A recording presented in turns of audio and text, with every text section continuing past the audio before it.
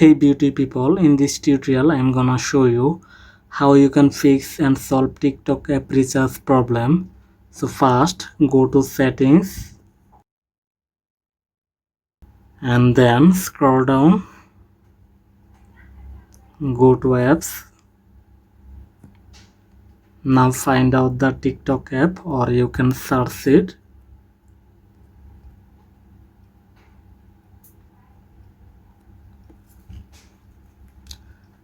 Scroll down and then go to storage.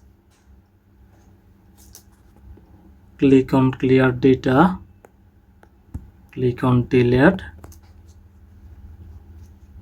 Click on back. Click on force stop. Okay. Scroll up and then click on set as default. Open supported link, just disable it and click on enable. After that, update your TikTok app if update available, and finally restart your phone. And that's it. Like and subscribe. See you in the next video.